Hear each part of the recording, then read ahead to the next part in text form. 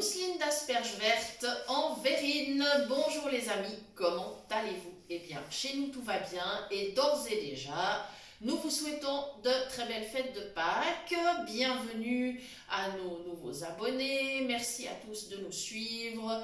Et en préambule, d'habitude je le fais en fin de vidéo, mais là je vais le faire en préambule. Je vous rappelle que vous pouvez toujours nous contacter à l'adresse cuisinepratique@mail.ch. Vous pouvez nous retrouver sur Facebook et également dans le groupe WhatsApp Phoenix Cuisine Pratique, né de notre collaboration avec l'association Phoenix. Voilà les amis. Alors, il s'agit d'une entrée, une entrée un petit peu raffinée que nous allons donc présenter pour le repas de Pâques. Maintenant, cette entrée va aller reposer un petit peu au frigo. Alors, la préparation, en fait, elle est vraiment simple. On va, disons, miser sur une jolie présentation. C'est surtout ça l'idée quand on a un menu un petit peu festif. Donc, préparation, j'ai utilisé des asperges vertes. À la base, j'en avais donc 1 kg et j'ai eu extrêmement peu de déchets. J'ai eu très peu de choses à jeter. J'ai bien sûr lavé mes asperges, évidemment. Les asperges vertes ne s'épluchent pas, contrairement aux blanches. Voilà, donc déjà, effectivement, on a beaucoup moins le travail. Moi, je trouve également que le goût est plus fin. Ça n'engage que moi. Voilà. Ensuite, j'ai donc enlevé les parties qu'il fallait enlever, c'est-à-dire le pied de chaque asperge. Vraiment, mais ça devait être 2 à 3 cm sur chaque asperge. Il n'y avait vraiment pas plus à enlever. Donc en fait, il m'en restait quand même beaucoup. Comme j'allais les mixer, de toute façon, je les ai coupés en tronçons pour accélérer en fait la cuisson. Ça a été cuit donc très rapidement avec un tout petit peu d'eau. Et ensuite, j'ai laissé refroidir parce que finalement, il n'y a pas de raison de se brûler les doigts. Voilà, donc j'ai égoutté. Et ensuite, j'ai mixé avec du fromage frais, environ 300 g de fromage frais. Alors moi, j'ai la chance d'avoir du bon Bresse. C'est vraiment un fromage qui se prête très très très bien à ça. Mais si vous n'en avez pas, clairement, tout type de fromage frais conviendra. C'est selon vos goûts.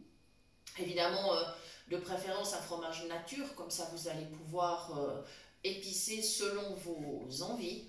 Mais ça, après, vraiment, c'est à vous de voir. Donc, environ 300 g. J'ai donc mixé le tout, alors bien mixé, parce que l'idée, justement, c'est d'obtenir une mousseline. Donc, j'ai bien mixé, salé, poivré.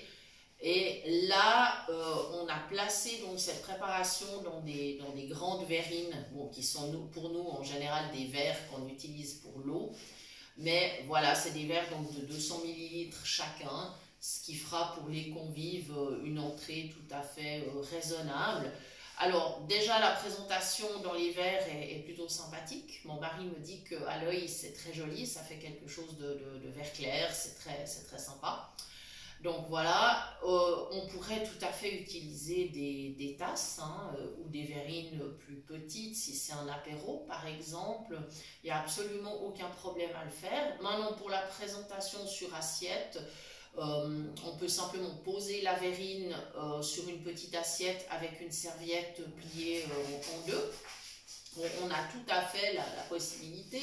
On peut autrement décorer, par exemple avec quelques feuilles de salade ou avec, pour ceux qui voudraient, un petit peu de charcuterie ou bien des mini tomates, des olives. Enfin, voilà, je veux dire, vous êtes entièrement libre au niveau de la décoration. L'important, c'est surtout que ça soit un petit peu soigné, un petit peu joli. Et c'est vrai que ça fait toujours plaisir aux invités.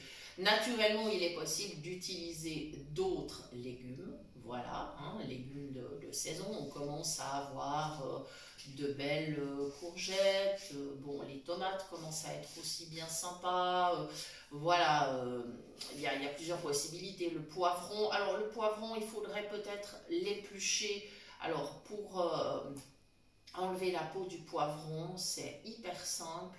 Il faut simplement le placer dans le four quelques minutes et ensuite vous pouvez, la peau va brûler et vous pouvez la détacher sans aucun problème. Voilà. Donc Plusieurs possibilités pour les tomates. Si vous tenez à les éplucher, il faut simplement les tremper dans l'eau bouillante également quelques minutes. Elles s'épluchent après facilement. Par contre, pensez à les passer sous l'eau froide avant. Attention à vos doigts. Voilà les amis, je crois que vraiment on a fait un petit peu le tour de la question avec cette entrée. Et encore une fois, eh bien, merci à tous de nous suivre, merci pour votre fidélité, merci pour vos commentaires, vos messages, et à très bientôt pour de nouvelles idées cuisine. Merci.